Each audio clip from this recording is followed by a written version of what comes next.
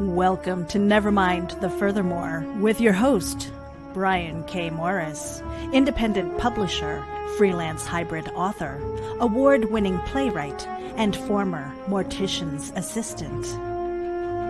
Beware, beware. That might not be a phone jingling in your pocket. Join the Nevermorians for morning mischief and madness at 10 a.m. Eastern, 9 Central. Your sense of humor is the only thing you need to wear.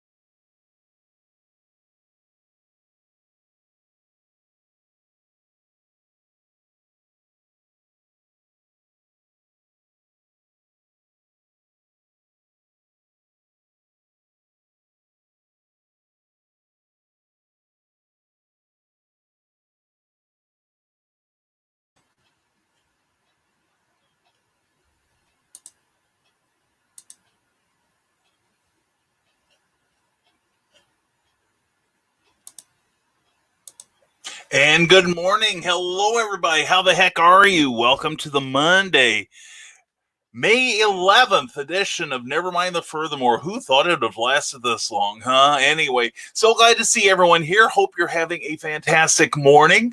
And let's go through some of the people we see are here right now, sharing their joy. Charles F. Milhouse, morning to you. And Sarah, morning, darling. Glad you're here. Mwah. And hello, Carl Witzman. Always a pleasure. And hi, Sarah. And who? Hola, ¿cómo está? You know, we don't allow that kind of language in here. Wash your mouth out with soap, young lady. And Ted Davies, good morning, you creatives. That's all of you. Good morning to you all. And I left my coffee out on the outside, which proves how badly I need it. You hear her mocking laughter in the background. Yep. Her chances of appearing on the show diminish with every passing day. I'm not going to hand it over the computer, hun. Oh, where's your sense of adventure? Compared to the morning, what the heck, right? Well, we saw what Julie Broad did. Oh, that's true, yes. One of the people I recommended somebody this morning, thank you, honey, about some Facebook videos. And she started out her webinar with, she was going to show off one of her part of her merch, which was her coffee cup. And in the process of lifting it up, she poured it on herself. She poured most of the cup onto her body. And while she's trying to clean it up, she accidentally unhooked the microphone. So we're trying not to reach Julie Broad's level of presentation. And my having coffee is a part of that. And so anyway, good morning to you, Ted Davies, and good morning, Bien. Bien, no, it's B-R-I-A-N. Get it right, people. And good morning, Brian and fellow authors. Teresa, glad to see you, hon. And I'm working today. Can you plug me? Anytime, but your husband and my wife might object. Anyway... yes, please check out author Michaela Jade on Amazon. She's got a brand new book out, and it's awesome. And you shall buy it. How's that? Seriously, get onto Amazon today, and you want to help an author? Buy one of their books, even if it's just an ebook. That in most cases, an ebook will only cost you like $3 or $4, and it sends an attaboy to the author. So please sign up. Check out the work of Michaela Jade. She is also at authormichaelajade.com, where you can see her amazing work. And she's a darling lady. And do not forget, if you are any sort of creative soul, go to Authors Learning to Promote Themselves. It's a page here on Facebook, and it is one of the best pages I have found as far as trading information. And also check out Kathy Jackson's books while you're at it. She is a wealth of knowledge and a wealth of help. And Paul Rose, still without a scanner. Oh, my God. I'm sorry to hear that. Still without the means to send completed pages and still really napped off. Well, at least you have the presence of mind not to be saying nasty words on here, which is probably more than I have most days. But let's see, who else have we got here that I've not said hello to? Let me check the iPad. Peter Gould, glad to see you, brother. Haven't talked to you in ages. Hope you're doing well, my friend. And, of course, Rebecca Minton-Westerman. Mwah, glad to see you, hon. And Brian Wenzoff, always a pleasure. Let's put that promotion in, people. And Joe Bachman is here. Good morning, folks. Good morning to you, Joe. It is a pleasure as always. Carl Wisman says, sorry, I got stuck in a different room somehow. Was it coated with glue? What in the heck? And Teresa now mocks me with her laughter. Thanks, Teresa. Thank you for keeping me in my place. And Meredith Logren, mwah, good morning, Nevermorians. Facebook doesn't seem to like me this morning, so I'm hailing from YouTube. Well, my YouTube can use the love, so thank you, Meredith. I do appreciate your being there, hon. I do. And also, I was, let's see what else. Meredith also has some wonderful shows and a great channel called Geek Insider. There's a page here on Facebook, and it also has its own page on YouTube. Please check them out. Subscribe to YouTube, the YouTube channel, and give that any one of her videos a like, okay? Big thumbs up. That helps her because algorithms. But anyway, so glad to see you. As always, Meredith, mwah, love you bunches. And Carl Winston, well, a different virtual room. So you're virtually lost in your own house. Is that what you're saying? And Rebecca Minton-Westerman has new masks in the shop. Check out her Etsy page. That is fantastic, Rebecca. Thank you for sharing. And I've got ebooks for 99 cents. It's Charles F. Millhouse. Look him up on Facebook. Also, check out stormgatepress.com. where he's got all kinds of cool things going on. And author Charles F. Millhouse Presents here on Facebook. This is very cool. And look for author Michaela Jade's work. Thank you, Carl Witzman. You are a gentleman and a scholar and all kinds of cool things. Eric Hawkins, glad you're here, sir. Congratulations. Last time I checked, Eric had over $3,200 for his Zombiful World of Oz with 99 backers and 16 days to go. So Rob Anderson got more backers than you, loser. Anyway, no, seriously, okay, Boomer, guess that's what you can do, right? How does it feel to have the tables turned, Eric? Anyway, good morning to you, man. I seriously hope you're having a good morning. And Carl Witzman, we're all rushing to plug author Michaela Jade. I recognize the line is forming behind her to do this. So be careful when you're planting today, dear. And good morning, pal. Hey, Peter, it's good to see you, man. I hope you're having a great morning. And let's see. Something jumped past me. There we go. I didn't want to miss Trico Lotguns. Trico, Professor, it's good to see you. I saw that you posted yesterday on Rob Anderson's page that you stopped doing conventions right after you and I met at a convention. I'm sure that's it. That has to be it, right? Anyway, Trico, always a pleasure to see you, man. I miss you, man. And Peter Gould goes, thanks for all your help pointing me in the right direction with all the Facebook live streaming info. It's been a big help. Well, Peter, I'm glad to. That's all kidding aside, that's part of our mission here to help others. That's what Rising Tide's all about. And if we can help our friends, it makes it even better. Okay. So seriously, so very happy to do so. And thank you for the kind words, Peter. And show up more often, dude. You make this place a little brighter, especially when you list the Big George there, okay? And Charles F. Millhouse says, Mr. Brian K. Morris will be on Indie Showcase this evening on author Charles F. Millhouse Presents. Yes, that was a great interview. I had a blast with Charles. I think it turned out spectacularly, and I hope you do too when you see it. And please share that info, all right? Because, we talk a lot about helping other people. One way to help other people is simply share their message. That's what helped get Rob Anderson over his goal for Cat Dad and Supermom. And by the way, passing on his thanks to all you Nevermorians who stepped up and shared the Cat Dad and Supermom message and shared his our messages of support for this book, and also sent in financial help too. Rob is having the post-victory letdown today, which always happens. It's like you're riding high, then all of a sudden everything you've been working on, everything that's, this thing that's been taking your attention for like every waking moment for like, 2-3 weeks, suddenly it's gone. And suddenly you're just kind of like, okay, what am I doing today? And the adrenaline levels drop, the endorphin levels drop. I get it all the time when I do a stage play. It's like the day after the final performance, after we strike the set, and like on if we have a last one on Monday, I'm like, I'm supposed to be somewhere. And it's like, where am I supposed to go? But anyway, please check out Charles F. Millhouse Presents. He's got daily content. It's all fantastic. And please check out our interview. I hope you like it. We had a great time, which is the best kind of interview you can see, right? And Teresa Dunn has a link to her amazing book of poetry. I am currently editing the manuscript for the second one, and she is hard at work on her third. She's not waiting for me, and good for her. Teresa, love you. Mwah, okay? And Indie Creators Unite, good morning to Cookie and Brian. He's got the right order there. And I won't be talking much today because of a tragedy, but I will be listening. Paul Esroof here. Please, whatever it is, I hope, I without asking what it is, I hope that whatever it is, you get through the grief as quickly as possible. And if it is someone, involves someone close, may all your memories be golden. All right, without asking what it is.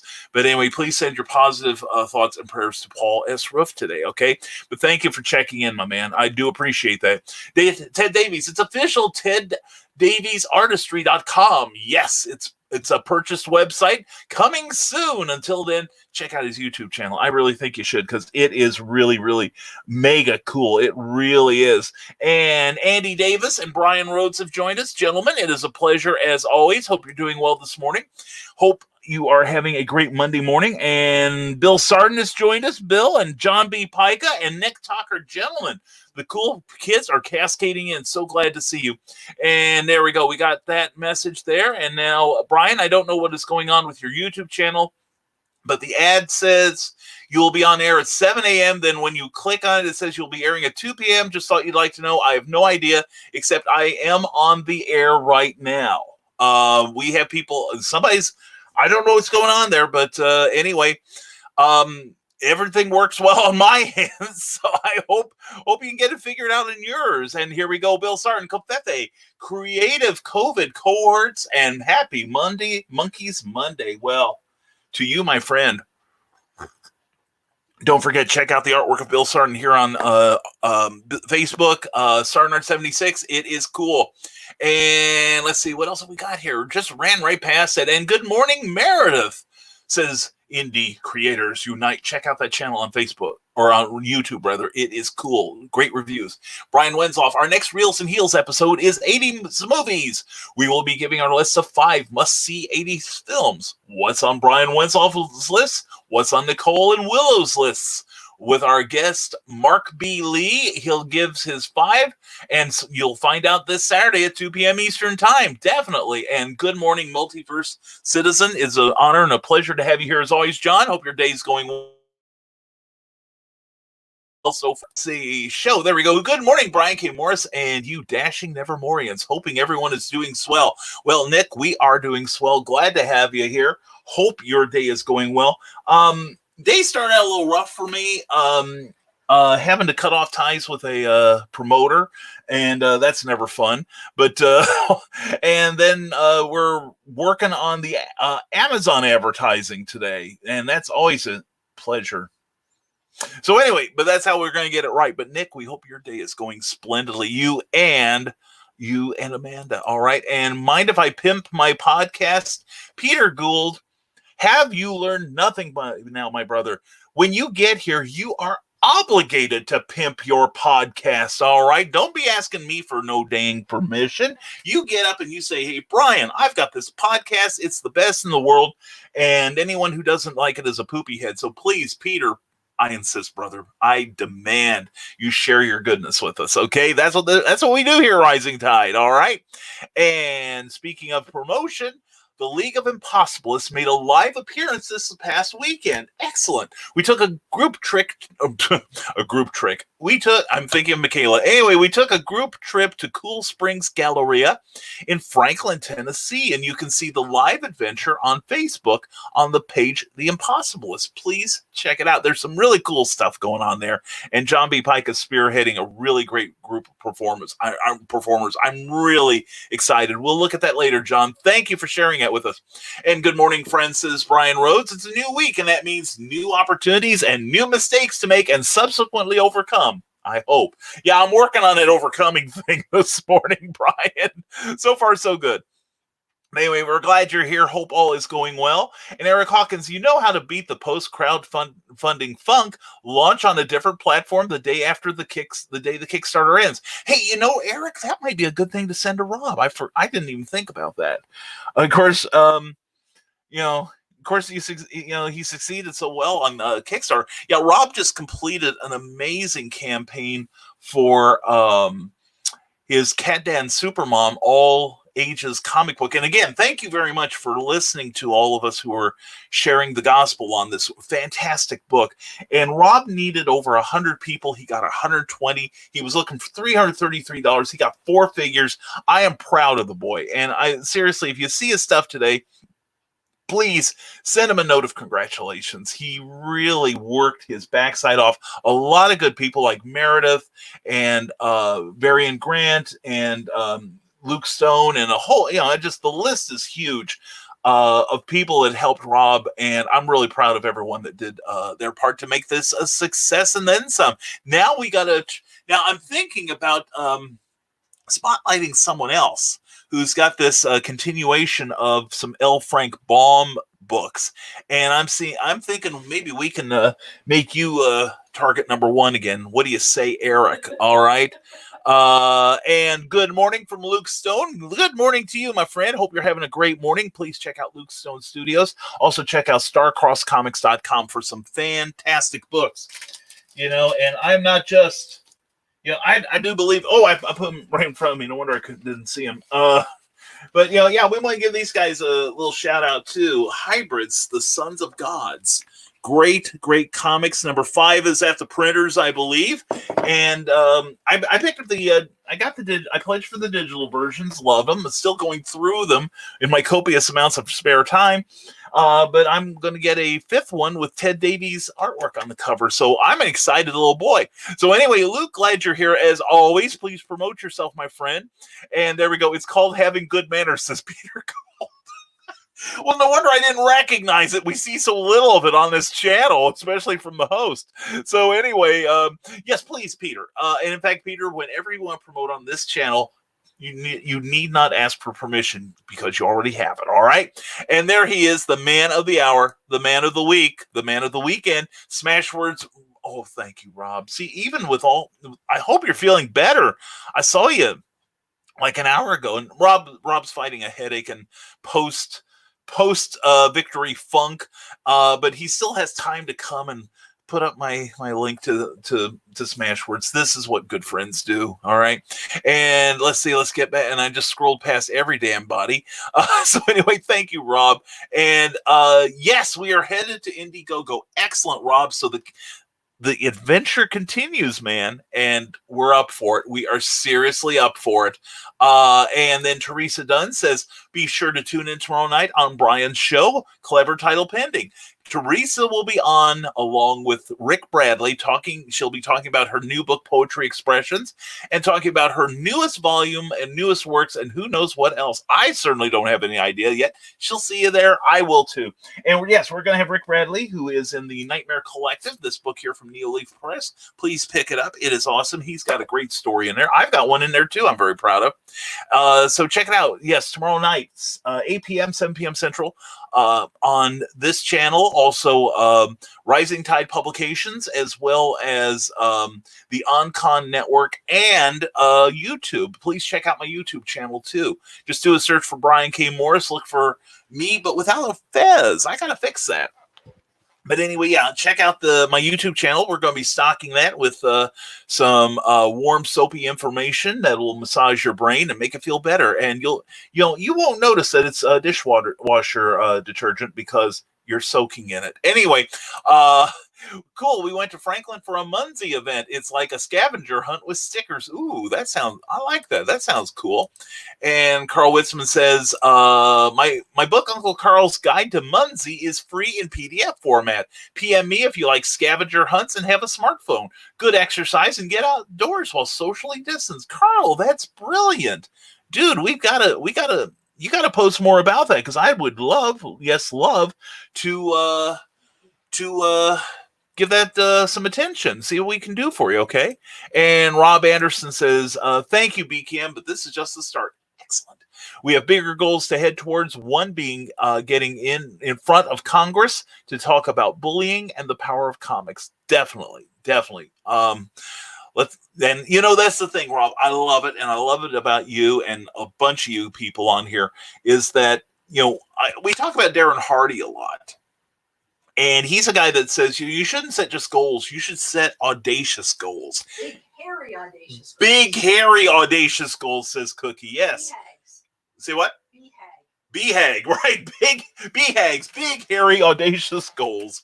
And we've got a few of our own that we are wanting to work our way towards. And Rob, I know, has got a plan, and those are the people who succeed, people who have plans and a guideline and basically a business plan to succeed. Rob, I'm so proud of you, man. You're right. The journey isn't over yet. It has only just begun. And excellent. Thank you for having me on with it. I am looking for 3 or 4 established comic book creators who want to be on my first Comic Noob show on Friday night, 9 p.m. Topic: from story to script. Well, let's see what I'm doing then. And Cookie's like, no, because I'm on the air so rarely, right, honey? Yeah, they're going to miss you pretty soon. Yeah, they're going to miss me pretty soon, she says. But I can point you to some other people. Meredith, PM me and we'll talk. I can drop you some names. Eric Hawkins might be a good one too. And here we go. Hello. Or is that like the Three Stooges? Hello. Anyway, Cindy, so glad you're here. CKOEPP.com. Check out that website. Check out the work of Cindy Kep, and also check out her newsletter. Oh my gosh. Yeah, we're about a couple weeks away from your next newsletter. That's exciting. She's got the best newsletter I read. It is awesome. And I read a lot of really cool newsletters in lieu of work. But anyway, John B. Pica, I am a little overwhelmed with the sheer amount of people who want to come aboard with the Impossibilists to help us create content, but I don't have the budget. Unless I can get some more supporters. And there's that Patreon page there. Very cool, John. Well done. But definitely check out the Impossibilists. It's a great cosplay group, storytelling group, tour guide group, and they're a dessert topping and a floor wax. But anyway, check out the Impossibilists. I'm really impressed with that group, and let's see what we can do to get you guys a little bit more love. But John, that's a good sign. You see, I've noticed this too.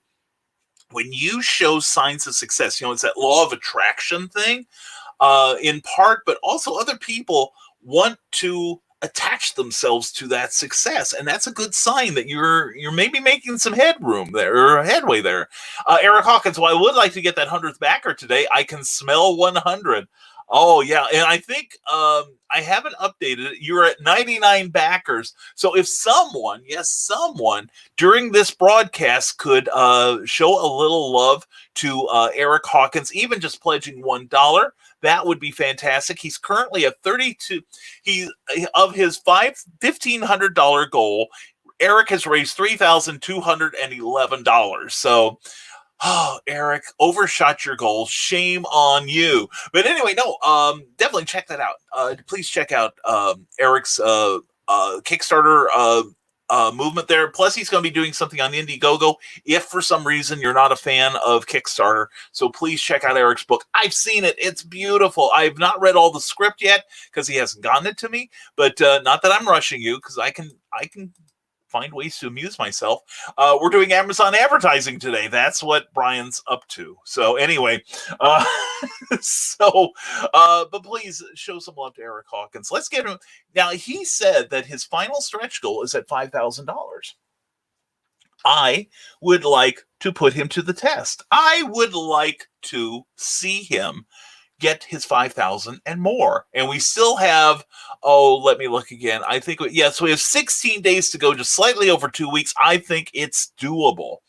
And so let's put some attention to Eric Hawkins. Eric has got it almost done. That's something that gets me, and I see the Kickstarter campaigns I really gravitate towards are the ones that say, hey, I've got it done. I'm just looking to offset my printing costs or to get a promotional budget or what have you. That's the stuff, that I look at that and I say, this person has this under control. If they couple incredible art, a really intriguing storyline, and you're one step away from sending the files off to the printer, then, say, hey, I am on board. And if I like the person that's doing it, especially like I like Eric and I like Luke and all, then I want to do what I can to support them, even if it's just share the message. So anyway, there you go. There's my sermon for the now. And sign up for Rising Tide's newsletter for fun and festivities. In fact, if you look at the crawl down there, you'll see a link to my monthly Rising Tide newsletter. Thank you so much, Cindy, for that. Mwah, I love you, Cindy Kep. And Cindy, I will get back to you on a date for a clever title pending sometime. Okay, soonest, next day or two. Anyway, my monthly newsletter has usually discounts. In fact, right now it talks about a free book we're offering on Smashwords, namely Conflict, a study in heroic contrast, that is absolutely free till the end of May. And then after that, it goes back to $2.99. Now, if you want to pay $2.99, I'm not going to stop you. I'm fair like that. But if you want to get it for free, which is my second favorite F word, then you download that thing, download that bad boy, and enjoy yourself some superheroine goodness. All right. Brian Wenslov, what are your 5 must-see 80s films? They don't have to be your 5 favorites necessarily, just what you think are must-see. Wow. Lady Hawk. Right, hey? Labyrinth. Oh, yes. Labyrinth, Lady Hawk, Dark Crystal. Yep. Last Starfighter. And Cookie says Last Starfighter. This is her last appearance on this show. No, Victor Victoria. Yeah. Victor Victoria with Julie Andrews and Robert Preston. Classic film. And that leaves me one more, I think. And, of course, you ask me an hour from now, this list will change. 10? I thought 10 was a 70s film. With Bo Derek. I'm trying to think. If it was 70s, Superman the movie. Well, what year did Superman 2 come out? Because that's a must for me. Or if nothing else, another 80s film would be Batman. Batman. Okay, there's my 5, Brian. And feel free to use it on your broadcast if you'd like. And here we go. Peter Gould has a listing for me. It's called The Adventures of, the podcast that Peter Gould is proud of, and he should be. And we talk about all sorts of cool live-action superhero stuff, ranging from movie and radio and movie serials to TV shows and more. We have guests including Burt Ward, who played Robin. Holy Crimson Skies of Death. And John Davey, Michael Gray, both of Shazam, Shannon Farnan of the Wonder Woman from Super Friends, and more. Peter, that is awesome. That is beautiful, man. Seriously, definitely educate my people on your broadcast there. That sounds fantastic. And he already is. Get more info at the Adventures of Show on Facebook. Please check that out. And super, Peter, thank you very much for sharing it. Please, we love you, brother. We love to see you. Please come back and promote that more. All right, let's get some more people to listen to you. And congratulations, Rob. Yeah, Teresa, we joined Teresa Dunn in congratulating Rob Anderson on his incredible crowdfunding victory. How very cool. And next is Carl Witzman. You shouldn't talk that way about your 100th backer, Eric Hawkins. Maybe they have odor issues. That could be. But I tell you, they'll be smelling like a rose for Eric. Eric, if you get stalled on it, you can always offer a little something like an advanced piece of swag or something, or a wallpaper. Zombie World of Oz wallpaper for their computer. All right. And I'm down, Meredith, says Ted Davies. That's an old song by the Beatles. That's very cool. And Eric Hawkins will give the 100th backer some deodorant. There you go. How generous is Eric Hawkins? And Tracy Rosa, good morning, my liege. Another Monday means something, right? One more week of what we're doing, I guess. One more fire to put out, I guess. But anyway, Tracy Rosa, please check out his work on Facebook. Or not, well, he's on Facebook, and Tracy Rosa, author, actor, Renaissance man, where he talks daily about stuff he's got in the pipeline, stuff he's done. Check him out on Amazon also for the Michael Maguire Michael Maguire mystery series. I keep calling it murder, but they're not all about murders. Tracy's going to murder me if I keep botching that after all this time. But anyway, Tracy, hope you're doing well, man. And I hope your Monday is going well. Charles F. Millhouse says, join the conversation over at his Facebook group, Author Millhouse Presents. And please check out stormgatepress.com for all things Charles F. Millhouse. And they are cool and groovy. You will love them. I do. And Carl Witzman, I already backed up, so it's not me stinking. Hey, I was on early. Don't start sniffing me. Zombie World of Oz #2 says, Eric Hawkins, no rest for the wicked. And there is the Kickstarter link to it. Please, you can be number 100. And let's see, does Eric have his 100 yet? Let's refresh that page, shall we? And see what's going on. In fact, he got it. He got his 100th backer. Excellent. He's out 3234. Who will now be number 100 and let's make it 125. Let's be ambitious here. 125. Let's be audacious. And let's check that out, okay? And I'm going to do something. It worked yesterday. Let's see if I can do this without screwing up every darn thing in the world. All right, there we go. And let's see, is that it? Here we go. I found it. And all right, and we're sharing. And let's see what we got. There we go. All right, how's that, huh? Check that out. Definitely get to that page there and see. Let's see if we can make that. Let's see if we can make that number, increase. What do you say, people? And let's see what else have we got there. There we go. There I am in my proper place. And there's the Zombiful World of Oz. Please check that out. Check out the trailer and the description. Eric has got a fantastic product here, and you will love it. I seriously believe that. So anyway, check out the Zombiful World of Oz. I still haven't trained myself to do this right. So anyway, there we go. See, Eric got a little better over the weekend, didn't I? And if you like old cartoons, says Cindy Kemp, go check out Bill Sarn's artwork at Sarnart76, the artwork of Bill Sarn, where everything old is new again. Eric Hawkins says, I might offer another stretch goal at 10,000, but got to get 5,000 first. Well, you better get one at 10,000, because I think that would be something to genuinely celebrate. And when we meet up at our office, you're buying lunch.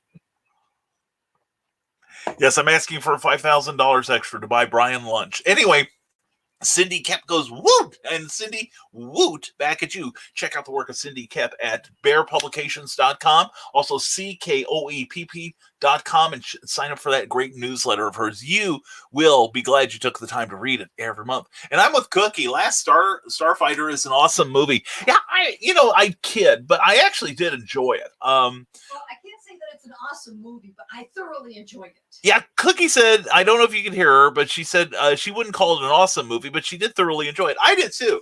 I just, it was just one of those things where I saw Robert Preston. Of course, he's the Music Man. He defined Harold Hill. Yeah. But then you see him in like Victor Victoria and SOB. Oh, SOB's, if you have a 6 slot on there, Brian Wensloff, SOB's, no, that's 7. I think that's 70s.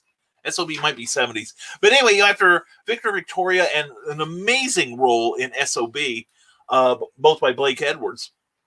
And then he's doing Last Starfighter, and you could tell he's acting his backside off and trying to save this movie. It wasn't a horrible film. I did enjoy it. It's just not up to my favorites. I would say it's not one of my not one of my absolute favorites, but it's enjoyable as hell. It really is. And okay, you got to 100, Eric. Yay, says Ted Davies. And he says, just did it. That's fantastic. All right. And here we go. News. PM Prime Minister Boris Johnson reveals a 50-page plan for lifting the lockdown.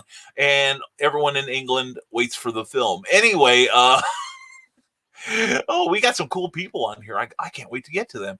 And Rick Bradley says, good morning, all. Good morning, superstar. Rick Bradley has got a story in the Nightmare Collective from Neil Leaf Press. You can get that on Amazon.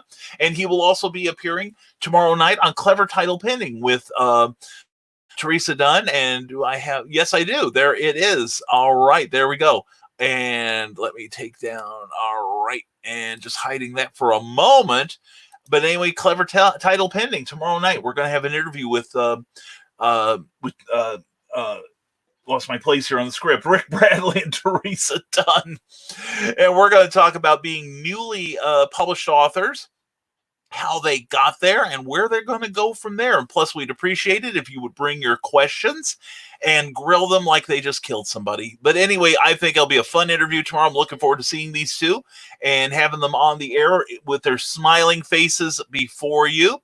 And tomorrow, guys, Brian and Teresa, I will send you some instructions on what we're going to do, so Uncle Brian won't be abandoning you. So anyway, there is our main message there, and let's get back to your comments. And lost my place here, so good morning all. And Rick Bradley says just check out his author page on rbradley42 here on Facebook. He hopes to see you there, and he posts some funny things and updates to his upcoming projects. Thank you very much for that, Rick. That's awesome. And thanks, Ted, says Eric Hawkins. Yeah, seriously, Eric, you're kicking ass on this thing. You are doing great. Is knee or is not knee? That is the question. And I smell pretty already. Yes, and when Eric offers to take you in the showers. Anyway, Lady Hawk. Oh, beautiful list here, Cindy Kep. Lady Hawk, Hawk the Slayer, the Star Wars, Flash Gordon, and Star Trek. Yeah. Yeah, that would have been Wrath of Khan, I believe, wouldn't it? For the 80s? I can't remember. Yeah, but anyway, that's a great list. Hawk the Slayer, yes. Haven't seen that in forever. And but good list, Cindy. Thank you for sharing. And you bet, Eric, much success, says Ted Davies. I fully agree with that. Oh, totally. And Rick Bradley says he has his website at authorrickbradley.com, and I believe him. I'll be starting a newsletter this month, so sign up today and keep tabs on me. Someone needs to. Yeah.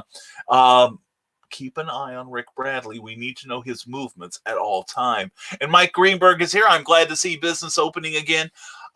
It is with mixed... Mike, first of all, good morning and welcome to the show. It is with mixed emotions. I see these states opening up because the only thing I can see happening, the only thing that might come out of it is if the second wave that all the scientists are saying is inevitable, that it's not a matter of if we get that second wave of infection, it's when. And I don't want to, of course, no one wants to see it because then we'll be right back under lockdown again. But I am glad to see businesses get a little boost. I've been following the comic book market, and I'm seeing some stores close right now. And they're like, "Oh, I can't survive." And the thing is, what did they do for their customers during this time down? People like, of course, Comics Cubed in Kokomo, Indiana, were doing twice weekly sales online. Did any of them rush their stuff to did they do Facebook shows? Did they do online auctions? Did they send their stuff to one of the auction houses? Did they hit eBay harder? It's no way of knowing, but I hate to see these guys quitting. I really do. But that's just me. Trico Luckin says, "Hey, Meredith, I haven't had any comics come out in a few years, but I'd be interested in being on the show if you'll have me." Hey, Trico is a good writer. I remember his stuff, man. He's a good guy, too, and he's fun. Anyway, Cindy Cap, I'm out of break time. Catch up to you later. In the meantime, check out CKOEPP.com for book info and the sign up for her newsletter. Mwah. Cindy, have a fantastic day. Thank you for being here, hon. You're the best. And taking her place is Cleavage, says Christian Basil, who is the chief set of hands at Tales of the Traveling TARDIS, a wonderful, wonderful Doctor Who based podcast. Glad to have you here, Christian. Hope your Monday morning's going well. Mine goes better with a sip of coffee. with vodka in it. Anyway, glad you're here, Christian, and promote that podcast, young man. Promote that podcast. And Chris and Mackie, good morning, Monday. Chris, good to have you here. Hope your morning's going well, my friend. And Rick Bradley says, has Hollywood let you down by not making any good horror movies recently? Or any movies whatsoever? Even before My Sharona Cyrus hit, then you need to check out his first published work, The Marble, in the horror anthology, The Nightmare Collective. You can pick it up on Amazon in paperback and ebook form. Along with 7 other amazing authors, we will take your mind off this crazy real-world stuff and make you fear again. There's a promise from Rick Bradley to you. And Nick Docker says, Cookie is right. Believe it or not, Brian, you have been so integral to the coronavirus survival effort. The first few are going to be absolutely bizarre without your voice starting my day.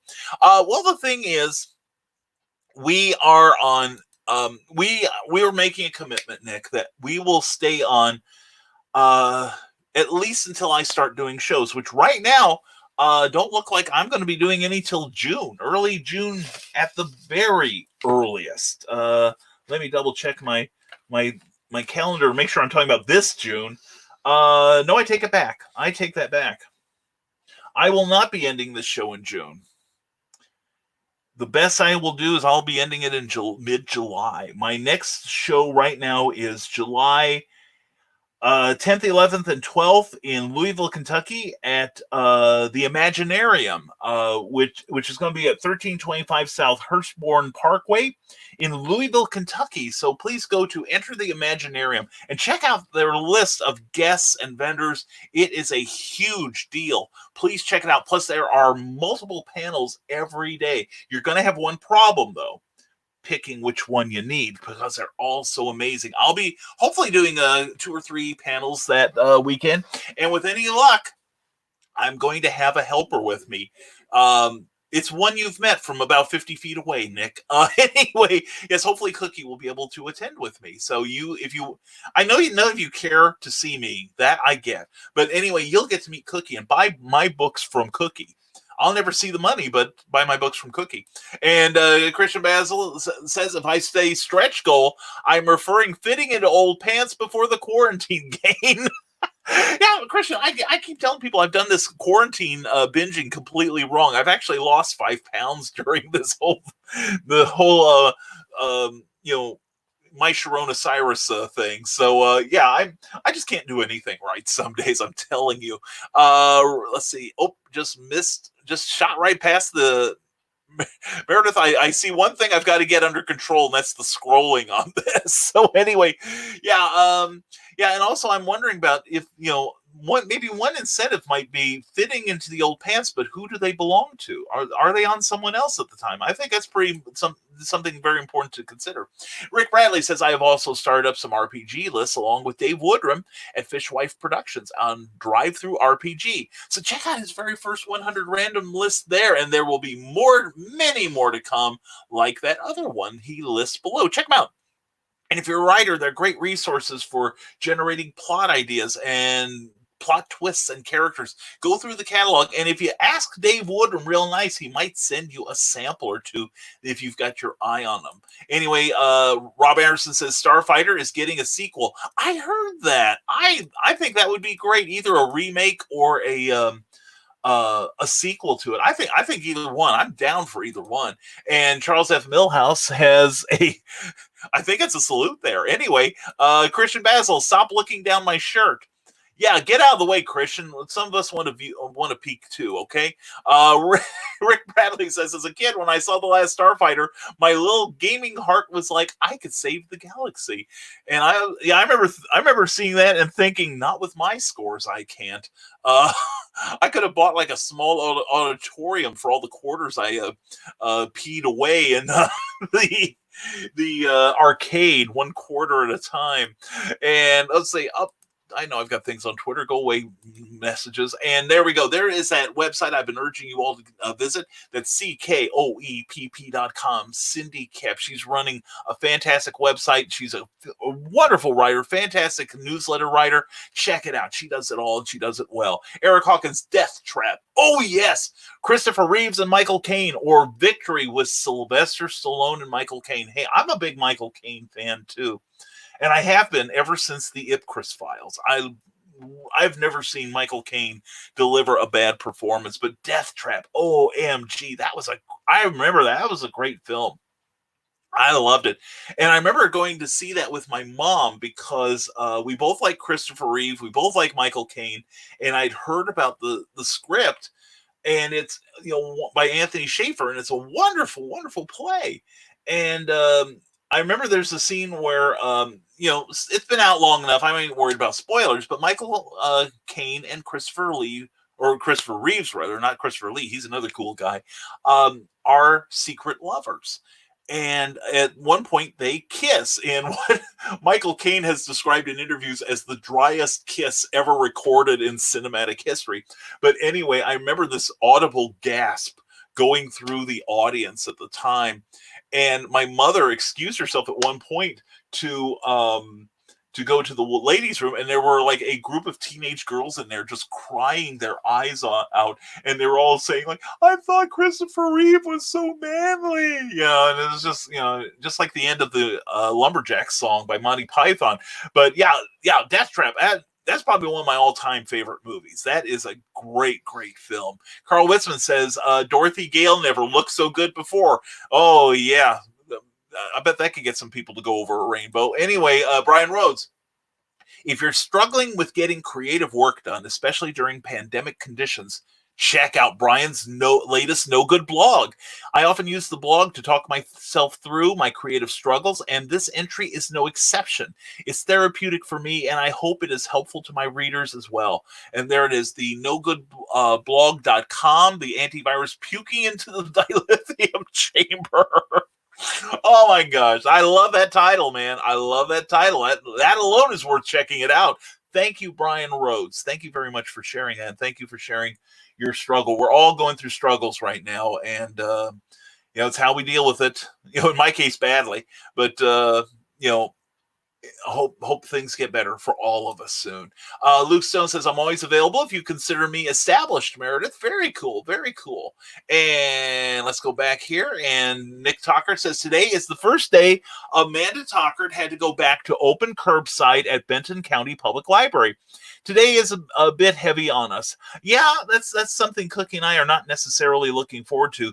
There is a possibility she could be going back to work next week on a very limited basis. But we've been kind of digging this time together. Well, I have. Yes, I have too. Oh, and Cookie probably is thinking, if I have to spend one more week in this place with this guy, I'm tossing myself out a window. But tossing him out. Oh, tossing me out? Okay, I can see that. Anyway, none but love, honey. Nothing but love. Okay. Anyway, but anyway, it's kind of bittersweet. You get to spend all this time together, and then all of a sudden you're separated again. It's it's a little rough. It's like the end of church camp or something. Rick Bradley, if we are talking about movies from the 80s, The Never-Ending Story, Enemy Mine, excellent. That's an excellent choice. I love that movie. The Goonies, Willow, and Critters. Oh, yeah, Critters. That was great. And I'm one of the few people in the world, I admit I'm in the minority on this, but I don't care for the Goonies that much. I mean, it's got an amazing cast, many of whom have gone on to some great triumphs, and I love what they do. And it's Richard Donner, who's one of my favorite film directors, involved with Steven Spielberg on the story, Chris Columbus on the script. But to me, about 2/3 of it is people yelling at the top of their lungs at each other, and I get tired of that real quick. It reminds me too much of grade school. Christian Basil says, Facebook.com/The Traveling TARDIS, the legend of the Traveling TARDIS radio show, now on iHeartRadio, and announcing at the end of the month will be available on a new website. Well, Christian, when that happens, please come here and let us promote you, all right? We would love to be a part of making you more famous. And author Michaela Jade, I wonder if I can get to Imaginarium. I would. Oh man, you would have a good time. It's a great networking opportunity. The people who run it make you feel like family. Seriously, they do. And plus, they've got a really fantastic podcast that I enjoy called The Star Chamber that runs usually every Wednesday night on Blog Talk Radio. And people running it are wonderful. And you see Daniel Huberry on here frequently. He is one of the people behind the scenes there. But anyway, yeah, Stephen, Holly, Daniel, they are fantastic people. I love them to death. And I'm looking forward to Imaginarium. And right now, that looks like my first gig post-pandemic with any luck, because things are shutting down left and right, as you know. Even before a lot of states are out of lockdown now. Indiana's on stage 2 out of 5, which means that a lot more businesses are open. Some institutions, such as churches and stores, can be open for people going in to do their business, but limits on the number of people inside must be maintained, as well as social distancing. Although I like Indiana's plan. I think Illinois has something similar. I think, I'm not sure. Michaela can probably correct me on this, but we are like currently most of the county. We have like 92 counties in the state of Indiana, and 88 of them are on phase 2, which is opening up the state a little more. The 4 other counties are basically where the higher concentrations of COVID-19 infection have occurred, such as in the upper northwest part of the state, closest to Chicago, no surprise. And then Indianapolis, again, no surprise. And then another county, which I think is northwest, but it has had a frighteningly high percentage in COVID-19 infections, and so it's still in phase 1 as well. But the rest of us are in phase 2, and I think the phases are they are evaluated every day, and some people could slip back. And by the same token, the if, like, say those 4 counties were showing a definite downturn in infections, they will be pulled up maybe to match the rest of the state. But as it is right now, they are one step behind everyone else. So anyway, we'll see. We'll see what happens. We will keep you posted as best we can. Carl Westman says, I was just thinking about fitting into some pants when author Michaela Jade shows up. Yeah, you dirty old man. You were thinking the same thing I was. Oh, I've been here. I just can't comment often. I just get to listen. Well, Michaela, we're glad to have you here anyway. Don't forget, that's authors learning to promote themselves. I was on there earlier, and I'm a happy person as a result. Christian Basil, don't feel special. I look down everyone's shirt. Do you now? Do you really? Anyway. Yeah, the thing is, Christian, I don't always get caught. So anyway, and Goonies, says Luke Stone. Hey, I understand why people like it. It's a great a young person's adventure film. It's just that the tone of it just drives me nuts with everybody screaming at each other. Time Bandits, now we're talking, Christian. That's a great movie. And Phil Lockler is here. Morning, y'all. Phil, glad to have you here, buddy. Hope the morning is treating you well. Carl Witzman says, must go. Need to scavenge some stuff that wasn't in the stores yesterday. What, the liquor trucks pulled up? Well, Carl, we understand, sir. Please have a great day. And don't forget, Carl Witzman has a secret humor group where you can have access to his Uncle Carl's Drunken Rants, which I believe will be happening this Friday at 8 p.m. Eastern, 7 p.m. Central. It is a lot of fun. Carl gets a bit tanked up, and so does his lady, Donna Carlene, another fine author. And the two of them expound on all things unimportant and vital, and it's always a great time. So seriously, check it out. Ask Carl for permission to join, and he might let you in, but you better not be easily offended. Your stay there will be short. Anyway, Meredith Loughran, The Dark Crystal. Yeah, that's a fantastic movie. Love Dark Crystal. And hashtag bring Cookie home. Thank you so much, Meredith. Appreciate it so much. And bring Pat home too, right? All right. We need to add that to my little crawl with the various hashtags we've got here. I need to make a hashtag crawl too. And bring Cookie home and keep Cookie home. Thank you, Meredith. Same with Pat. All right. And Carl, you're wearing pants? It's a special occasion. Uh, and, oh yeah, always. Yeah, but he didn't say whose. Bill Sarton says, here we go. I got to do this serious now because this man relies on me. All right, here we go. We interrupt your Monday morning mayhem for this important announcement. The artwork of Bill Sarton is a paltry 9 likes away from 800. When we reach this goal, we'll be celebrating with a super sale on all of his artwork prints. Plus, he'll be announcing a spectacular sketch giveaway contest for one lucky duck. So join all of the far out and groovy people by clicking on Facebook's Sarton Art 76 and let's get this party started at the artwork of Bill Sarton, where everything old is new again. There we go. There's your ad. And Ted Davies, Raising Arizona was hilarious. Yes. Oh my gosh. Yeah. And wasn't it a surprise when about 6 or 7 years later, Nick Cage shows up as an action hero? I'm like, I saw The Rock and I thought this has got to be a parody. So anyway, and Eric Hawkins says, got to get on my daily conference call for work. I'm sorry, Eric. But anyway, while you are contemplating my Nevermorians, what to do while Eric is gone, I would suggest giving some support to the Zombiful World of Oz. It is currently on Kickstarter. Let's see if there is an update on this. He was at 100 backers with 32.34 in the kitty, and he's still at that spot, but you can change that. You can get him up there a little bit higher, and he's got another stretch goal at $4,000, so please check that out. And Christian Basil says, my pants bigger on the inside and in my pocket? That's not a sonic screwdriver. He's just regenerated to see you. Anyway, Bill Sarton says, bring back the map. That should tell you what my favorite 80s movie is. Oh yeah, definitely very cool. There's some good suggestions here, people. I just thought of another one I like that I'm sure very few of you have seen, and it's La Cage aux Folles, the original La Cage aux Folles.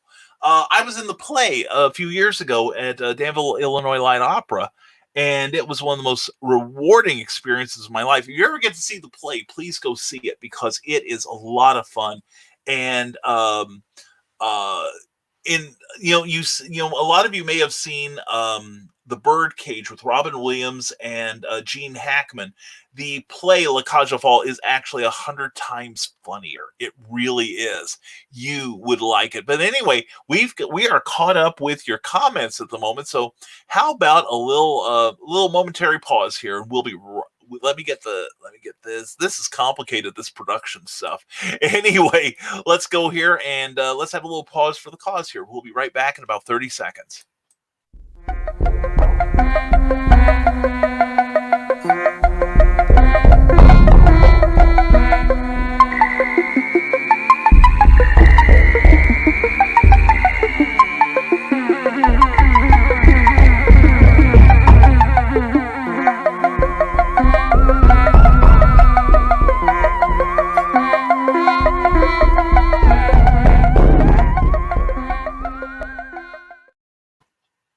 All right, and we're back. Thank you for listening to that. That's our scary book based on one of the most haunted cemeteries in America, Bachelor's Grove Cemetery. I was there last September, and I've been there before. The first time was just very atmospheric and colder than hell. This time we had things happen to us. But anyway, that book is really useful if you want to learn how to write comic books, if you want to learn how to write in general. Plus, it's got some scary stories that I wrote in the back, and I think you'll dig them.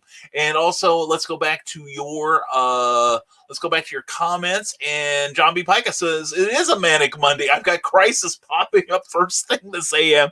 Yeah, I've had a couple too. One of which I'm causing, but anyway.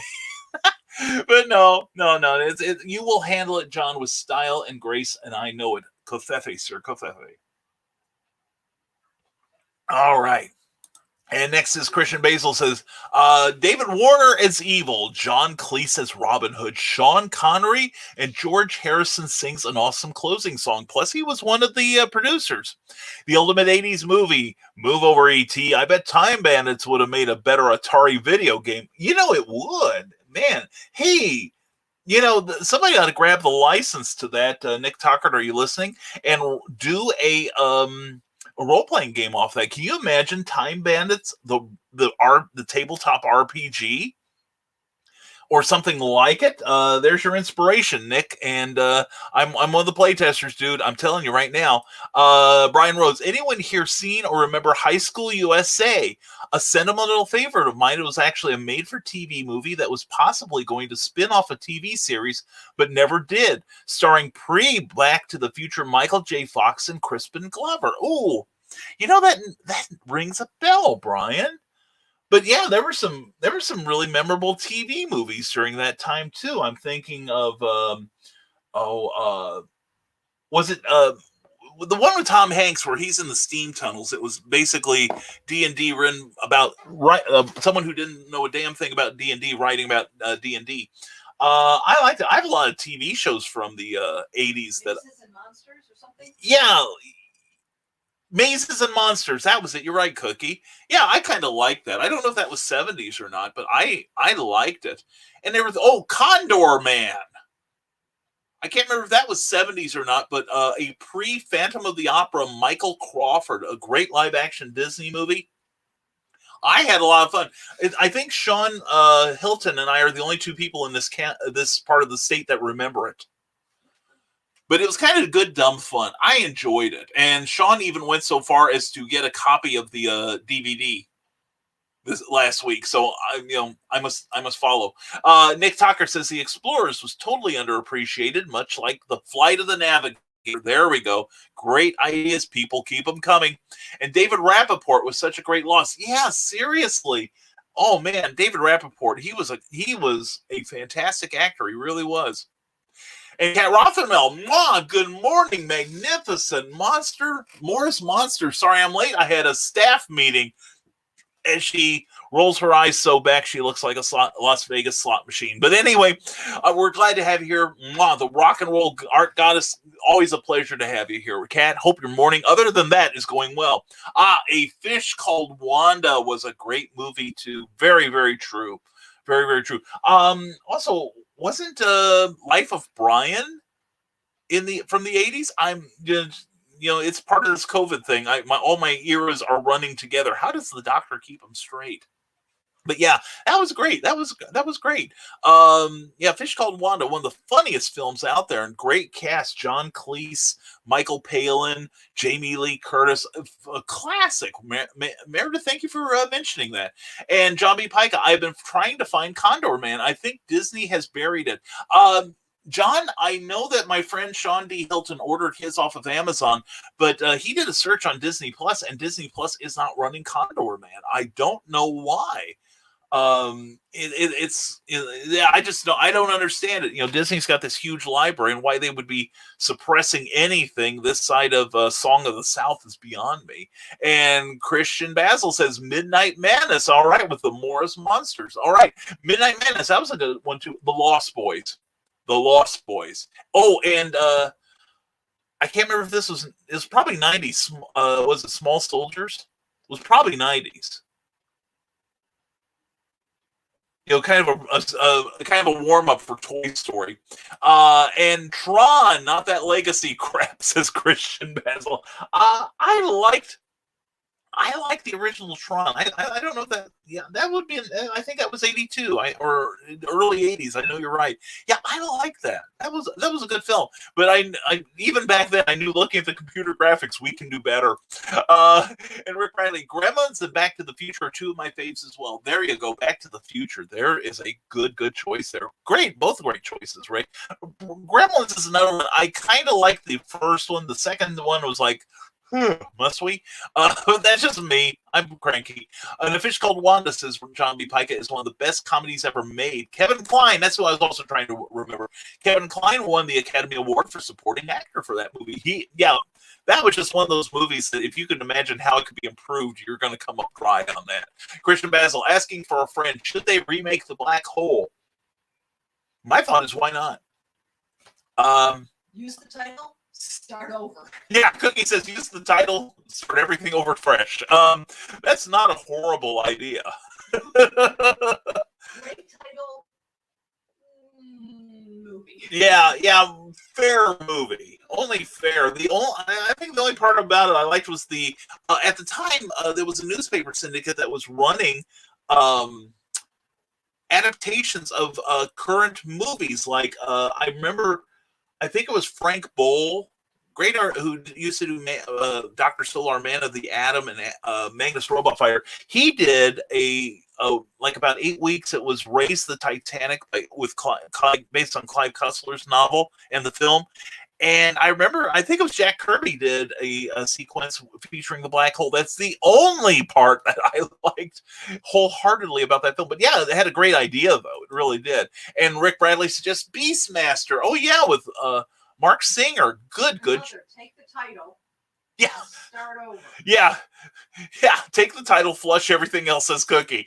And Nick Tockard, oh my, did you see the Orko picture Bill Sarden did today? No, I have not. I'm going to have to check that out. Thank you, Nick, and thank you, Bill Sarden. Brian Rose, speaking of the Lost Boys, my brother's horror podcast, A Cure for the Common Craig, just picked their top 5 vampire movies of the 80s, and in their latest episode, did the Lost Boys make the list? The answer is maybe. So, Brian, gosh, I'm intrigued now. Where might I find such an amazing podcast? I ask you. I implore you. And Puppet Master is one of my top 10 favorite horror series. I wanted those puppets as a kid. Actually, I still do. Oh, and what was it? Another one? Darkman, the original Darkman with Liam Neeson. I understand he's moved on since then, but I like Darkman. Sam Raimi directed. That was a decent film. I liked it. Oh, and we got more cool people I have not acknowledged, like Alyssa Hunt. Mwah, Alyssa, how are you doing? Hope you're doing well in Virginia Hall. Mwah. Give Clyde a hug for me and save one for yourself. Glad to see you both here. And Angelo Mosley, always a pleasure. Hope your morning's going well. And my man, my brother from another planet, Ken Sills. Love you, Kenny. How are you doing this morning? Hope all is going well for you and Cindy. Excuse me. Hope Kendry is doing well. Kendi is doing well. And who have we got here? We've got Deuce Bag. Oh, Deuce, how you doing, guy? Good to see you. And no one is watching. I'm watching. Don't know what that means. But anyway, you're watching and I'm watching you, Deuce. Anyway, check out Deuce. Put down some links. Tell people what you do. I know what you do. And get yourself a profile. Will you please, so people can see how ravishingly adorable you are? So anyway, speaking of my YouTube, we have a channel. We have a channel now. We're actually paying attention to it. And let's see, we have already seen that. So let's move that out. And anyway, please check out Camouflage. Note the unique spelling. We did not know how to spell camouflage when we put that in. And please check it out. We are going to be putting in some instructional videos real soon. Might be starting in the next couple weeks, in fact. And in fact, we've already got some stuff up there, including a couple lists of some music I like. So you might let that play, put the auto, whatever they call it, for videos where it plays one after the other. Check it out. I've got some really weird taste, but hopefully it's one you will appreciate it as well. And so let's go back to the show, and also please support the Zombiful World of Oz. Let's see, how many people do we have? We have 132.34 there. Let's refresh the screen and see if we can't make that number magically slide upwards. And we're still at $103,234 there. Thank you to everyone who has supported this really cool project so far. But we're gonna kick that up and make it happen. Make this wonderful comic book happen. And Brian Rhodes says, Brian, one Brian to another, A Cure for the Common Craig can be found at buzzsprout.com 620812, which also happens to be the zip code for one of the moons of Jupiter. Very cool, Brian. We will check that out. And not a movie, but Max Headroom, 20 minutes into the future. Christian Basil, I love that. I loved the American the American Adventure series of Max Headroom. Never had a lot of use for the interview show, but the regular one with Amanda Pays from The Flash and a whole bunch of great people. W. Morgan Shepherd is Blank Reg. I love that series on Friday nights, and I love the original Max Headroom. And I even like the British version. It was kind of a one shot, and I really appreciate it because the music from that was done by Chris Cross, not the American, but the British musician from Ultravox, along with Midge Ure, who co-wrote "Do They Know It's Christmas" and helped create Live Aid. But anyway, yeah, but very cool, very cool. And there we go. Thank you, Ted Davies. Check out my YouTube page. More stuff coming down the pike soon once we get a couple projects off of our plate. And then Meredith Logren, you know you're doing something right when the trolls come out. Brian eats trolls for breakfast. That's right.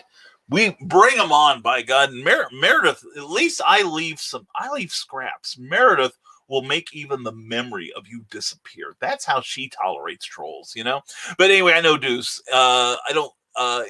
and Deuce Bank. Oh, I was thinking Deuce Wild. Anyway, whatever. I thought you were someone else. But anyway, Bill Sarton says, with all of the 80s conversation this morning, I just wanted to add that if you join the Everyday is Saturday Facebook group, you'll not only see the coolest crazy 80s toys and cereal commercials, but this Saturday we'll be having a special 80s themed Saturday morning cartoon watch party that you won't want to miss.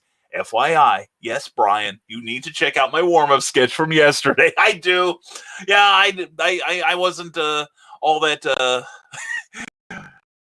I had a lot on my plate yesterday. So anyway, I'll check that out, Bill. I'm looking forward to that because I know you're going to do it right. Bill, by the way, is an excellent illustrator. And you really need to get in touch with this man because Cindy kept it, and because he drew some swag for her book campaign, her book shows that she's doing this summer. And she'll attest to how crazy talented Bill Sarton is. And I think you'll find out too. So if you're looking for some really good artwork, get in touch with Bill Sarton, and he works reasonably. And I'm back. Did I make $2 more grand yet? No, not yet. That's because you haven't been promoting. And anyway, Amanda Pays, yummy. Oh yeah, Christian, I had a serious lust for that woman back then. And Philip Thompson, how are you? I am well, Philip. How the heck are you this morning? Hope your comic books and your DeviantArt page, I hope they're all doing well, my man. Hope you were doing well. That's even cooler. So anyway, let's see. We're caught up again with your comments. Cool. And only after an hour and 12 minutes. That's almost a record for me anymore. So anyway, and we are joined again by Paul S. Roof, who, as Indie Creators Unite. Let's go back a few years before most people here were born. I like classics. My favorite movie is The Fly with Vincent Price. Yes. But if I would pick a movie from the 80s, it would be a slasher movie. Yeah, it's kind of weird because I did see a lot of slasher films during that time, but I can't say that any would make my top 5 list. I'm not even sure they'd make my top 10. I did like one, what was it, House? Not to be confused with the medical series, but it was a movie. I did like it. It had June Lockhart in it. Am I thinking of the right one, June Lockhart? But the scene I particularly liked, I thought it was a fun film. But the scene I liked where June played this from Lassie from Lost in Space. She played this witch. And at one point, she is trying to get her magical mojo going, and she's running down this kind of windy set of stairs. And instead of like going down the last 2 flights, short flights, like 3 or 4 steps, like a normal person, instead June leaps over the side of the railing. And when she lands, she has been de-aged by about 20 to 30 years. And June Lockhart starts the leap, but her daughter Anne Lockhart completes it and does the rest of the film. I just thought that was so cool. That was so cool. I enjoyed it. It was a pretty intelligent movie. And Tremors. There we go. Tremors. There we go. There's one that should be on everyone's list. And Philip Thompson, there's his DeviantArt page, and check out his latest preview Saturday. Very cool. Excellent. Thank you, Phil, for posting that. And Nick Tucker said, I just heard Brian say DeviantArt. Hey, I have one of those. There's DeviantArt/Nick T. Check it out. Definitely check it out. You will like it. He does good stuff. And Fright Night. Oh my gosh. Yes. How can I have forgotten Fright Night? That was one of my. That was brilliant. The great Roddy McDowell. And Great cast on there. Chris Makepeace. Oh man, fantastic movie. Thank you for remembering that, Ted Davies. And Eric Hawkins' house had William Cat from Greatest American Hero. That's right. There were ads in comics when it came out. You know, by that time, Eric, though, I stopped paying attention to the ads in comics, and I'll tell you what did it. It was in '77. And for like 2 or 3 months that summer, the back cover of all the Marvel comics had an ad for Orca with great cast and a pre-10 Bo Derek, who's actually, she's fantastic in the film. Had a small role, but she, you just couldn't take your eyes off her, and she was really a great actress in that role. But it was, I want to say it was Robert Shaw in that, or I'm confusing it with Jaws. But anyway, it's a stupid ass movie. It's just like one stupid thing after another. People that after a while you're going like, except for Bo Derek, you're going, you're an idiot. No wonder you get eaten by the big orca. And it was about an orca whose baby is captured by or a shark, like a shark hunter or whatever, and is killed before the whale's eyes, and so the whale vows revenge. See, even Cookie can't take it seriously from this point. Yeah, it was a whale that gave birth to another whale. But anyway, the little baby whale was killed by the hunter, and it just gets stupider and stupider as it goes on. And it goes beyond the point where you want to leave the theater. It goes to the point where you're like, I won't leave until the house lights go up, because I can't believe it's going to get any dumber. And it does not disappoint.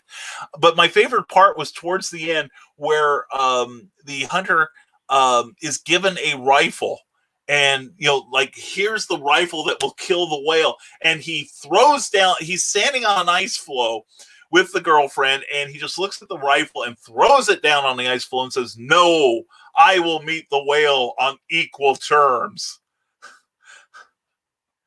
It outweighs you by 4 billion pounds and has teeth longer than a country road. And you think going out there with fisticuffs, you're going to have equal terms. Yeah. I'm rooting, at this point in the movie, I'm rooting for the whale. All right. And that, I was so disappointed. I almost wrote Marvel and said, guys, you got to screen these things a little better. I don't care how much money you're making from it. House 2, the second story was hilarious. Yeah, that was, but I don't know that it was intentionally as funny as the first one was the problem. Rick Bradley Paul S. Ruff loved Fright Night because he's a right-thinking person, and well, he should. And now comics had a great series for Fright Night, says Rick Bradley. That's true. I forgot about that. That was decent. Their business practices aside, now comics had some really good stuff. My favorite was The Green Hornet, written by Ron Fortier. That was about as good as comics could get. Author Michaela Jade says, "Thanks for the plugs. You fellows are awesome." Well, you're pretty good yourself. Anyway, John B. Pica says, "Hey guys, I'm getting back into doing illustration work. If you need a great inker or pinup artist, there's the man. There's your plan. Go get him, okay?" And yeah, and Cookie says, "I'm doing color flats." And if you, I don't want them to think you're a shoe fetishist or anything. But anyway, no, John B. Pica, check out his work. Check out this man. He's awesome. He is a terrific guy, and we so glad to support you. And Airplane, oh yes, and Airplane 2, the sequel.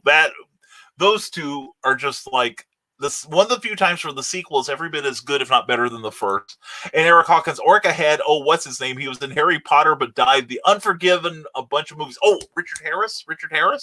Was that it? And Christian Basil says Orca equals Jaws light. Yeah, almost ethereal. That's how light it was. And Richard Harris, right, Eric? Thank you for helping me with that. Yeah, and I remember thinking during the movie, MacArthur Park kept running through my head, going, "Go back to singing, man. Go back to singing. You're far better at it and far better suited." How much did they pay you to be in this thing? Crawl, Christian Basil, thank you. That was a good 2-issue comic book too, for Marvel. Yeah, Crawl was I like that one. And what was that one with Peter Strauss? Something Hunter. It was all junk plants and stuff. That's all I remember. I don't think it was Star Hunter. But it was with Peter Strauss from Rich Man, Poor Man. It was a science fiction-y film with one of the members of the Morning Club. But anyway, yeah, man, all these movies, so many great movies. I want to see them all again. And hi, Brian. Rebecca Ann Chapman, how are you? Becky Chapman is a great painter and a great graphic designer. Becky's going to put in her website, I know, and it's going to be awesome. And you will want to talk to her because she's really fun and she's a great talent. She really is. Glad to have you here. Indie Creators Unite, Paul Esruff says, here's a suggestion for you that does Facebook and YouTube. Start doing a show strictly for YouTube that will drive your submissions up. But as long as you put shows on both of them, they won't come to your channel. I will be doing some unique programming for YouTube real soon, Paul. I really promise. And when I do, I'll tell everyone on Facebook because that's where my people are. And what do you think of my preview? Philip, I haven't had time to look at it. I've been busy hosting a show here, but I will check it out, and I know I'm going to enjoy it, my friend. Christian Basil, Twilight Zone, the movie. The only good thing was the scene with Scatman Crothers. That scene still brings me to tears. Oh, I love Scatman Crothers. I don't think there was anything he did that I didn't like. And I think when he was killed in The Shining, when his character wasn't supposed to be in the book, I just have, if you want to ask my least favorite films of the 80s, I think The Shining is up there. Whether it was 70s or 80s, I don't remember either. But yeah, I was pretty much unhappy with that one. I did not care for the Shining. So if we have a negative list, that will certainly probably top mine. In fact, I remember seeing my friend David E. Laker. He was coming into the theater as I was leaving, and he's a huge Stephen King fan, huge Stanley Kubrick fan, and he's like, anything you can tell me about the movie? And he just looked so hopeful, and I just looked at him and said, Dave, turn around and get your money back right now. You will thank me for it later. And sure enough, that night he called me and said, yeah, I should have listened to you. And I was gratified that such a film aficionado as Dave shared my distaste for this steaming piece of crap that Stanley Kubrick foisted on the film viewing public. Well, that's my opinion. And if anyone else has a contrary opinion, start your own show and tell me I'm wrong. Anyways, Nick Tucker says, I don't know if they are 80s or because most of my favorite movies of the period were aired by Elvira, Mistress of the Dark, or Son of Svengoolie. But things like The Stuff, Are You Eating It or Is It Eating You? The Piranha movies, those were pretty good. And the great Godzilla and Gamera flicks. Oh, God, Godzilla, no wrong. I even like the Matthew Broderick one. I gotta have that. And Spaceballs, yeah, now that was funny. That was a good movie. Not one of my favorite Mel Brooks, but I enjoyed it. It was fun. And Police Academy, now we're talking, Ted. That is great. And Michael Van Mrel has joined us. Love that movie. Love that you're here, Michael. Thank you for being here, man. Thank you for chiming in. And if I haven't said hello to you, please say hello to me, because that's the only way I may know that you're around, because Facebook won't tell me. Christian Basil, as much as they paid Michael Caine in Jaws 4, which means that if I'm going to surrender my dignity, you're paying for it. Did Orca have Bo Derek? Yes. Or was that Legend of Greystoke with her and Richard Harris? No, I think you're right. Richard Harris was in Orca. But Bo Derek had a very, very small role. She was the lady who got her leg bit off by the whale. Real small role, and it was before she did 10. So I'm sitting there thinking, but she also did Legend of Greystoke too. She played Jane Porter in that one. So yeah, so. Your memories are mixing too. Oh dear. My website, says Rebecca Ann Chapman, is BeckyChapmanDesign.com, and her gift shop is at 1-BeckyChapmanPixels.com. Please check out the work of Becky Chapman. She is an amazing lady and an amazing talent. You will adore her work. You really will. And coming back. There we go. Rick Bradley says, I showed my son Airplane. He at first was like, does this all take place on the plane? By the end of the movie, he was in tears from laughter. And that is such an influential movie because it brought one cliche to us. Surely you don't mean that. Yes, and don't call me Shirley. That movie just, I was the same way. I saw it in the theater and I laughed till I cried. I really did. I haven't had that much fun in ages before that.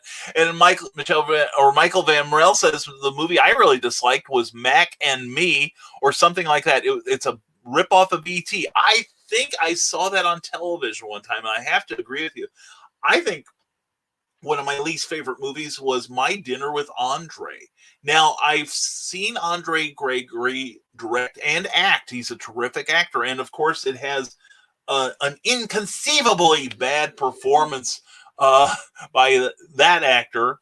Sean Wallace. Sean Wallace. Thank you. Blanked out for a moment there.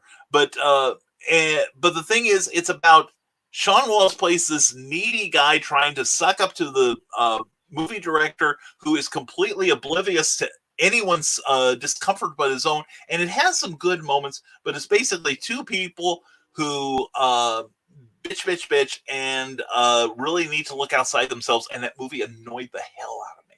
Now, I love just about everything else I've seen those two guys do, but this movie, I saw it and it drove me nuts. I thought, you whiny so-and-sos. But anyway, Paul S. Ruff at Indie Creators Unite channel says, have to say the remake of The Shining was closer to the book.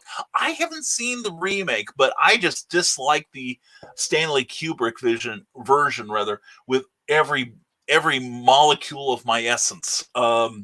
He just completely missed the whole point of what made the novel work. And I think it's actually one of Stephen King's best. I really enjoy that so much. And Christian Basil, I actually appreciated The Shining, but there was no need to take out Scatman. Exactly. I agree. And Scatman was so important to the ending of the film. And I didn't like the fact they took out the hedge animals when the technology existed at the time to do halfway decent hedge animals, because they were scary. That was the scariest part of the movie for me. And Kubrick talked about in interviews how he wanted the movie to be, well, is this a genuine supernatural incident, or is this all part of Jack's madness? And he answered that in the very film itself. How did Jack get out of the freezer? QED. Anyway, Eric Hawkins, I only saw House because of William Catt. I liked him on Greatest American Hero. Yeah, and he was also in some great Perry Mason movies on TV where he took over the role. I think he played Paul Drake's son. Excuse me. I mean, I really love the original Perry Mason TV series. And, of course, his mom played Della in both the TV series and the movies later on. So, yeah, of course, I'll watch anything William Catt's in. He is a fine actor, and I love The Greatest American Hero. Bill Sarton says, my two favorite Bill Murray movies from the 80s is obviously Caddyshack. Good choice. And his portrayal of Hunter S. Thompson in Where the Buffalo Roam with Peter Boyle and Bruno Kirby. Yeah, Bruno Kirby, that's an actor I liked a lot back in the day. But yeah, I liked Where the Buffalo Roam. He did a great job in that. Murray's a better actor than a lot of people give him credit for. Philip Thompson says, when you get a funky of yourself, and how can I get one? Well, the one you see in the upper right-hand corner of your screen was created by Meredith Logren, who does it through alchemy. I believe there are several graves she had to rob to get the chemicals in order to do that. But anyway, no, she made that for me, and she put that up. She helped create this screen that you see right now, and I'm grateful, so very grateful to her for that. And I wouldn't mind having a Funko Pop, because I do already have a plush doll of me. So, and I love it so. But anyway, yeah, well, if I ever get one, Philip, I'll let everyone know. I'll give everyone a chance to get their Funko Pop of me, along with samples of my hair and finger clippings, so you can make your own bobblehead voodoo doll. And Spaceballs needs to do part 2, says Michael Vamro. Well, I'm thinking if Mel Brooks hasn't done it by now, he probably isn't inclined to. I'm surprised it hasn't become a Broadway play yet, like The Producers, which is a 70s movie I love. I loved Ultraman and Johnny Sacco and his giant robot, says Ted Davies. Now we're going back into the 60s, but yeah, I did too. I mean, I have a few of the Ultraman films, and I got the complete first season of the original Ultraman. I liked that show. And I love the old Japanese rubber monster kaiju thing. Bo Derek, Linda Carter, and Louise Jameson, says Christian Basil, the reason I have to carry my sonic screwdriver in my pocket. Yeah, Yeah, and I'm sure when you think of those ladies, Christian, you didn't activate your sonic screwdriver. You were just cleaning it, and it went off, right? Anyway, no, Michelle. Okay, I apologize, Michelle. I wasn't sure about that because I'm sure whichever way to pronounce a name, I will pick the wrong one. So I apologize, Michelle. I will try to do better from this point on, or my name isn't Brian. Okay. Anyway, Eric Hawkins says, "Is no one going to say The Princess Bride?" That was 80s, wasn't it? Or did we see that in the 90s? No, I saw it by myself. So I think before I met you. That would have been 80s. Yeah. That would have been 80s. How could we forget The Princess Bride? Eric, thank you so much. Everyone's list is now being cleared off and evaluated, and everyone's putting The Princess Bride at the top of it. You know what I'm finding, Eric, and maybe you do too, is the craziest thing. You run into people who've never seen The Princess Bride. And my inevitable reaction is similar to like the old Dick Van Dyke Show, where it was the episode where it was kind of a wake up little Susie kind of thing, where Rob and Laura, I believe, had a fight, and so Rob went to the drive-in and fell asleep during the movie The Guns of Navarone, and the running gag through the whole show is no one believed him because how can you fall asleep during The Guns of Navarone? That's kind of like, you've never seen The Princess Bride? It's like, were you in suspended animation and the Avengers just pulled you out of the bay just now? What the hell? Anyway, Bob Carrera, Manic Monday. That's right. That's funny. Right you are, though. I'm afraid it is for some of us, Bob. Bobcat, good to see you, buddy. Hope you're having a great morning. Good to see you, my friend. And John B. Pica, best Scatman role, the movie Zapped with Scott Baio. Yeah. Good call there, John. Thank you. That's a great idea. And Stripes, says Ted Davies. Oh, God, yes, that was hilarious. I love the thing at the end with John Candy and Harold Ramis and a whole bunch of really cool people. I think my favorite line is about, the pep speech at the end where, your ancestors have been thrown out of some of the best countries of Europe. That describes my lineage. And The Princess Bride is a given, Eric, says Rick Bradley. That's true. That's true. It's kind of like, it's automatically on the, you get a sheet with 4 other entries and the Princess Bride is already printed in for you.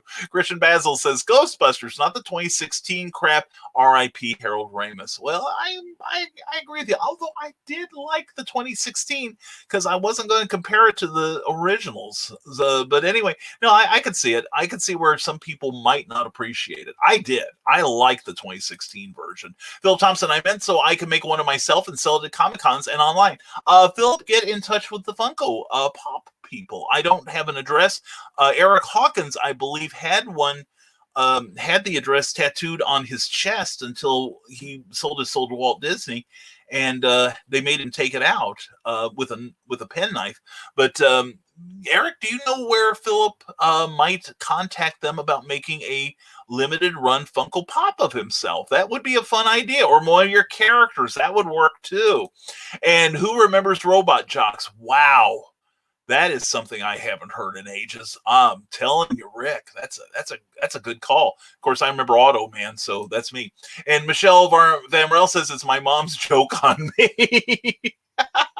I'm sorry, Michelle, but Michelle is a good name, though. That is a good name, and I'm glad and sincerely, I'm glad you cleared that up. And I do apologize for not speaking, but I thought, no, Michelle's too easy. It's got to be Michael. And once again, I'm wrong. Anyway, John B. Pica, the movie that defined the 1980s is The Breakfast Club. There you go. I can't dispute that, John. That was another amazing film. That really was. I love that film. I saw it several times in the theater. And Molly Ringwald, that's who I was trying to remember. It was Peter Strauss and Molly Ringwald were in a science fiction film together, and I'm hoping one of you can find that for me. Ted Davies, The Great Outdoors. Ooh, haven't seen that in ages. That's a trip back. And John B. Pica, best underrated films of the 1980s. Hero at Large with John Ritter. Yes, how did I forget that? And Silverado, another fantastic film. A real call for attention back to the Western genre. Great call there, John. And Hero at Large. That was the first movie, I think, that made me cry in the theater. And the funny thing was, I I took my grandmother wanted to see it because she was a big Three's Company fan, and that's where I fell in love with Ann Archer, and also had Bert Convy in it, which was cool. But that scene, that drawn-out scene where John Ritter is in the burning building, is in the building burning, and you're waiting for him to come out, and he doesn't come out, and I am just sitting there, and I've got tears rolling down my face. I was like, I'm so keyed up on this, and I look over and I'm like, oh God, I hope Grandma doesn't look at me. I look at her, she's bawling like an infant, and I'm like, okay, I don't feel so bad now. But yeah, how did I forget Hero at Large? That's one I want. And Monty Python, says Michelle Van Morel. Yeah, I like Monty Python and The Life of Brian. I'm pretty sure that was 80s, and that has one of my favorite jokes ever that I can't repeat in front of my mother-in-law. The one about how shall we, oh Lord? I love that one. Oh, here, Cat Rothermel, great choice. Weird Science, fantastic movie, and I love the TV series with Vanessa Angel. I love that show so much. That was great. Oh, and Cannonball Run, yeah, that was a classic. I love that. That was a lot of fun. And the first time many of us had seen Jackie Chan. 18 Candles from Cat Rothermel. Yeah, another good choice. I'm loving it. And Valley, oh God, yes, Valley Girl with Nick Cage. That was a riot. That was such a fun film. And that's something, a lot of these films, I think if I'm seeing a common theme here, is the fact they were fun. We kind of need to get back to that in our media. That's what I'm trying to do with my writing, and I'm hoping we can see more of that. So, yeah, good choices, people. Very proud. You've done good. Very good indeed. And Bill Sarton, Space Hunters, thank you. It was Space then. Space Hunters, you're right, honey. The Adventure in the Forbidden Zone from 1983 is the Peter Strauss and Molly Ringwald movie. I kind of liked that. I really did. I thought it was a good script. And Peter Strauss, amazing actor. He was one of those actors at the time. It's like whether he goes, I go as too. Because I loved Rich Man, Poor Man from the 70s, and that was our first introduction to Nick Nolte. I like the book too. I actually went out and read the book, which was not really my jam at the time, but I thought it was a really terrific novel. And I even watched the sequel. Was Richer Man, Poorer Man, whatever it was, which wasn't quite as good, but I did like it. Maybe sometime we need to talk about 80s TV too, because there are a lot of shows I like from back then, and I'm sure we've got some obscure stuff that we all can discuss. And the Ice Pirates, oh, Christian, good call. Ice Pirates, haven't heard that one in ages. That is super. Robert Urich, the great Robert Urich. Yeah, that's someone I missed too. I became a fan of Robert Urich's when he did the original SWAT TV series back in the 70s, the spinoff from The Rookies. That was great. And of course, Vegas, fantastic show, Vegas. And I remember, what was this, about 15 years ago, I think it was, Emeril Lagasse had his own short-lived sitcom on CBS, I think it was, and this was the one that put the BS in CBS. Emeril was okay, but Robert Urich was wonderful. He played like this totally stuck-up, I think, like a movie star or whatever. But anyway, he was so against his type that I loved it. He was such a good actor, such a great guy. And Space Herpes, that's Christian Basil. There we go. There's another thing you don't hear every day, right? Oh, man, that's funny. That is funny. But anyway, Bill Sarton, thank you for finding that movie, man. I knew if anyone would, it would be you. So anyway, tell you what, and we are almost an hour and 40 into this extravaganza. And as you see across the crawl here, please sign up for my newsletter, my monthly newsletter that we do, oddly enough, every month.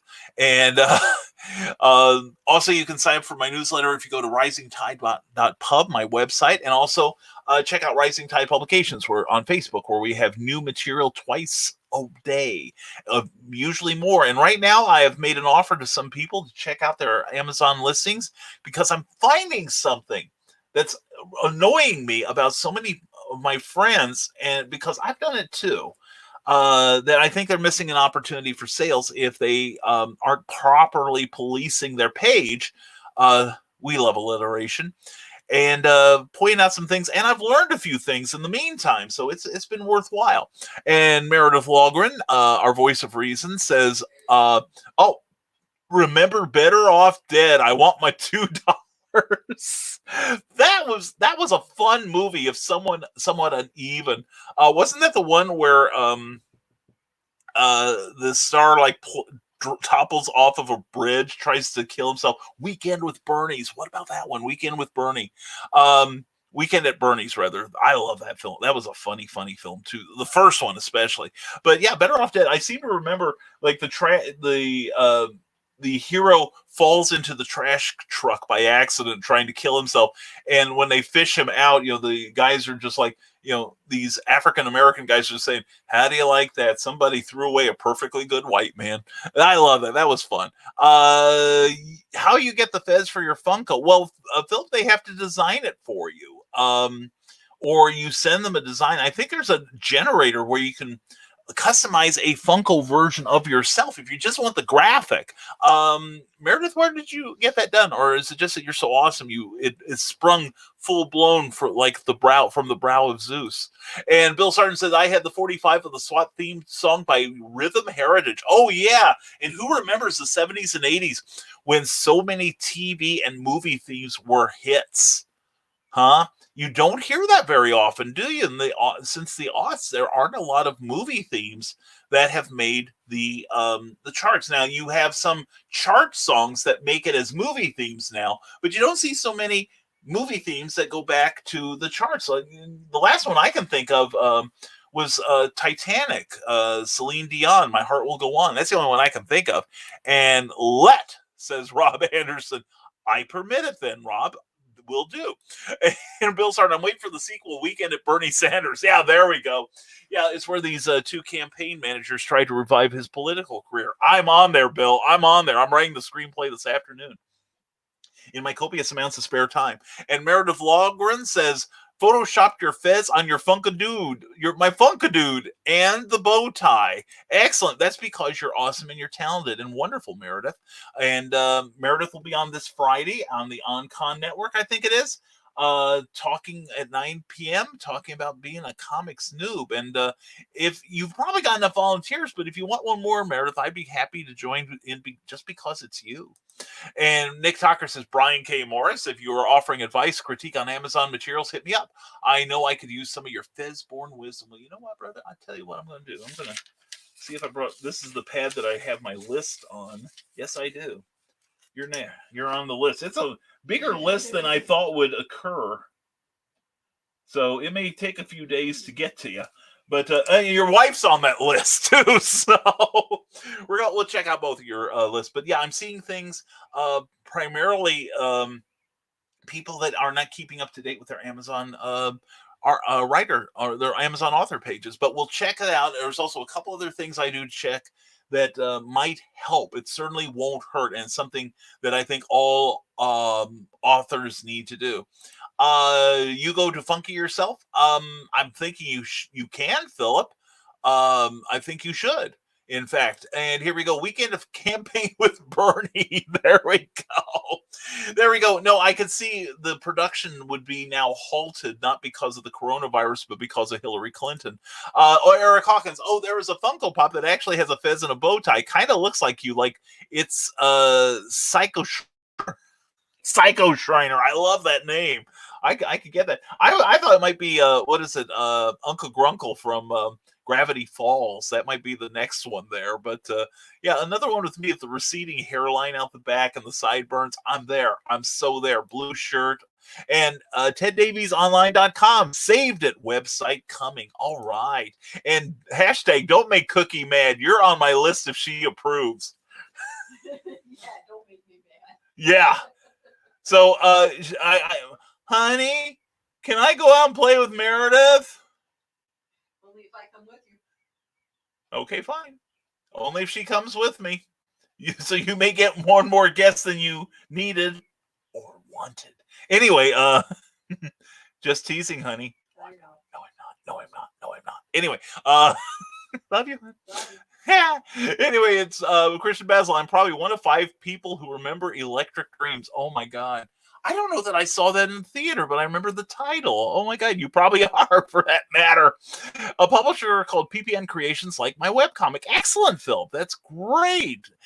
I'm proud of you, man. I know you've been working hard at it. That's great. And Bison Buddies. Is this some sort of new animal husbandry thing? I don't remember Bison Buddies. I remember Bosom Buddies. The TV show, which was Tom Hanks' real big break, him and Peter Scolari, and I love that show. That was a great show. But yeah, Bosom Buddies. That's what I thought. I spoke autocorrect. Bosom Buddies. Yes. Ted Davies, aren't you glad I can interpret you? Which is more than your computer apparently can do. You got to stop talking into your phone. That's what I tell everyone. So anyway, anyway, we're caught up at the moment. That's awesome. But oh no, we aren't. Have you heard of PPN Creations? I don't think I have, Philip. But do a Google search for them and check them out. See how legit they are. But just the same, if they like it, good on you. Good man. Good man. And while we're caught up for the moment, want to put something out there real fast. One, if it's something going wrong, that's the theme for today. It's Brian's fault. But actually, just something else I want to put up, and I don't push this too often because I don't want to sound like I'm panhandling. But anyway, crawling across the bottom of the screen, we have started a tip jar, which if you appreciate what you see, if you get some use out of this broadcast, please consider dropping me a couple of dollars, because what we're looking to do is improve the look of not only the show, but also our print offerings as well. The show is top priority.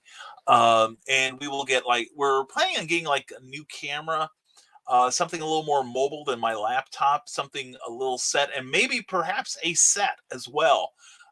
We're just trying to improve the look and sound of these shows. And if you get, and also we're looking to also push that into the upcoming videos that we'll be doing, which will be hopefully helping creatives all over. So please consider dropping a little bit of money into my tip jar, which is at paypal.me/Brian K. Morris. All right. And if you have trouble with that, let me know and I will do what I can to fix that. All right. Sometimes it acts up. But anyway, that is my plea for that at the moment. And oh man, we got stuff to catch up on here. Here we go. Oh yes, Xanadu. Yeah. If that tune doesn't get stuck in your head now, a zombie ate your brain, says Meredith Logren. Oh my God, I love the movie. I loved it when it came out. And I've seen the play. The play is the musical is hilarious. And it is kind of meta because it refers back to the movie. Fantastic show. And the music, OMG. My favorite part of that, Meredith, was the one with the 40s girl group, like the Andrews Sisters or wherever, singing versus the Tubes. And I love the Tubes. She's a lady from the 80s. And White Punks on Dope and Don't Touch Me there.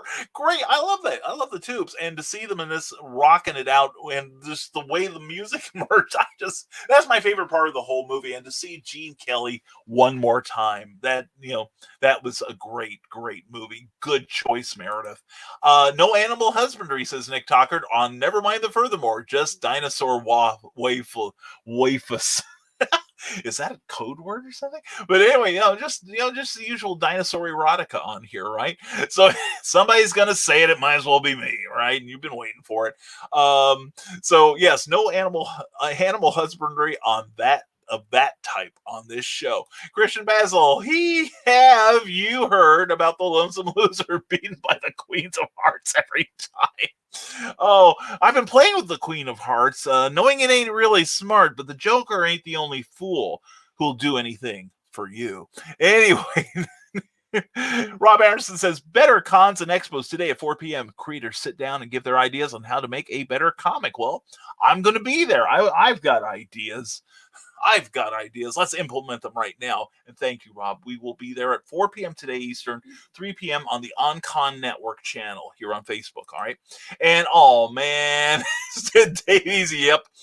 And Bill Sarn says, I gotta get going and work on today's warm-up sketch that Brian won't see till or 3 weeks from now. Anyway, enjoyed the show this morning, but now it's time to call Carl Spackler to take care of a gopher problem in my yard. The neighbors are complaining about the Kenny Loggins music. Vaya con dias, amigos. Hey, and don't let that Baby Ruth bar fall in your swimming pool, brother. You don't know what you're getting into there. Anyway, Bill Starr, thanks for being here, brother. Hope you have a great day, and thanks for sharing your day with us. And let's see here. And Ted Davies says, Olivia Newton-John, OMG, stunning first crush. Hey, I hear you. Oh, and that also had brain farts are plenty this morning. From Conan the Barbarian. Bergman. Sandahl Bergman. Yeah. Sandahl Bergman. I remember them. Yeah. But anyway, legs up to the armpits. Played Valeria, I think it was, in Conan the Barbarian. Great actress, amazing dancer, and yeah, she was one of the muses on that. Yeah, I hear you about Olivia Newton-John. She got me through an uneasy adolescence, which extended into my late 20s. But anyway, so anyway, while we got that going, and I see the little button here, let's see how Eric Hawkins is doing. And we don't. 10 minutes. What do you mean I got 10 minutes? 10 minutes? You want me to be on the air another 10 minutes? Nope. Oh, Cookie says I can't be. Cookie says I can't be on the air 10 more minutes. So anyway. She's being mean. Anyway, yep. What else is new, right? So anyway, Cookie says I've got Kenny Loggins music in my head. Okay, Bill Sarn, I'm driving over to Danville and punch you right in the speakers. Anyway, so I'm thinking let's wrap this up for today. Like I said. Like Rob said, actually, I will be back on the air this afternoon at 4 p.m. on the OnCon channel on Facebook. And Rob and I, a group of incredible panelists, will be talking about what should make better comics and conventions and all things geeky. And we will be on giving our opinions happily. And let's get we get another one. Okay, here we go. Christian Basil, and this will be our last comment of the day. Am I the only one who has headcanon that Caddyshack took place in an alternate reality where Harold Ramis made a bad decision?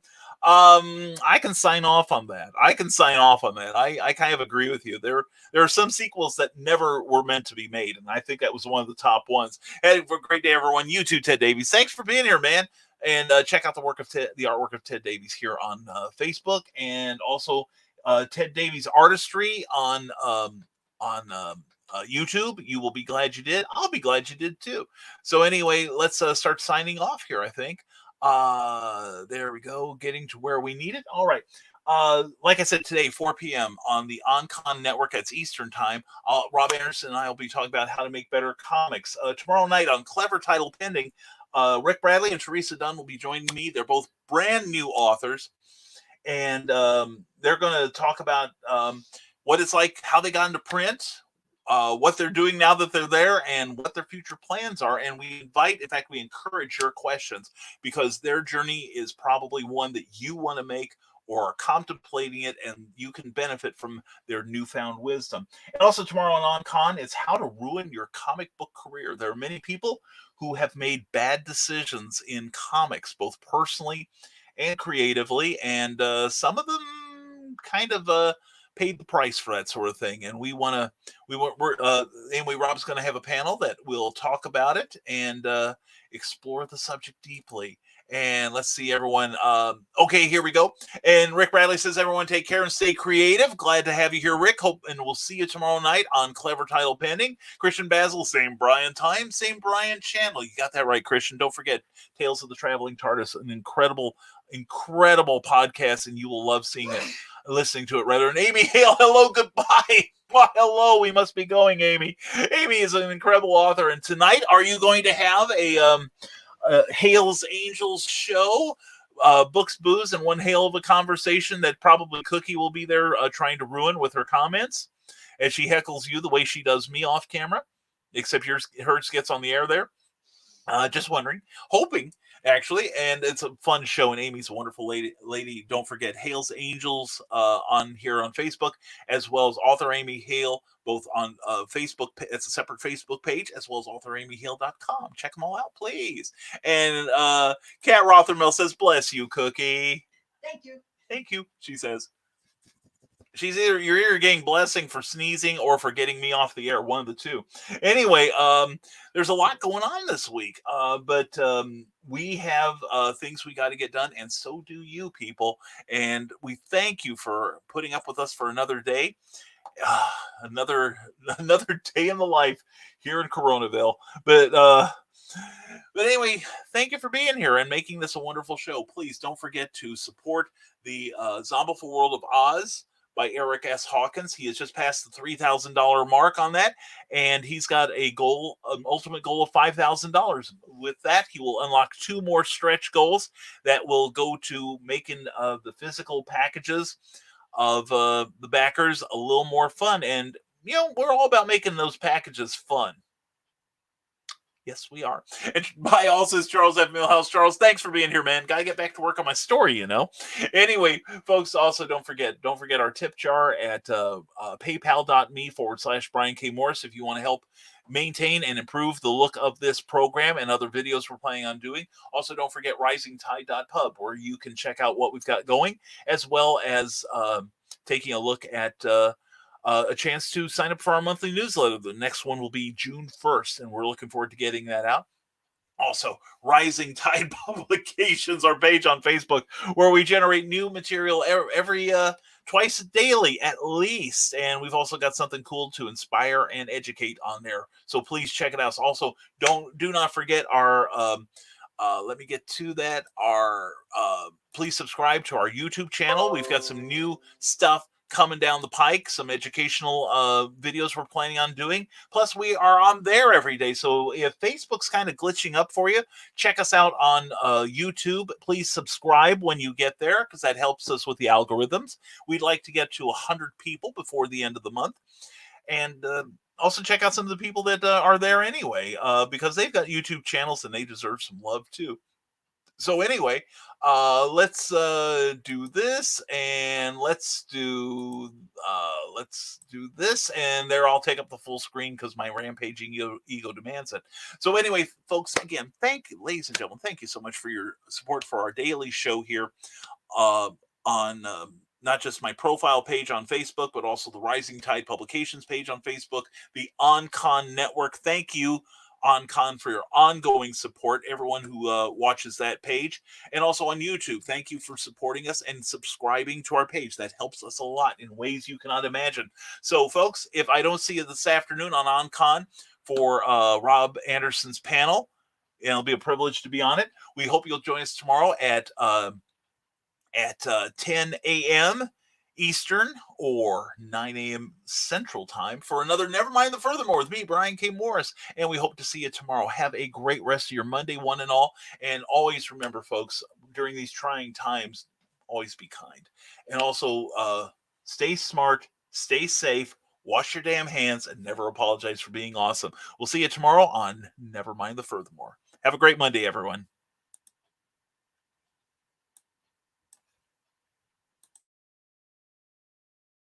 Now comes the part where we throw our heads back and laugh. Ready? Ready!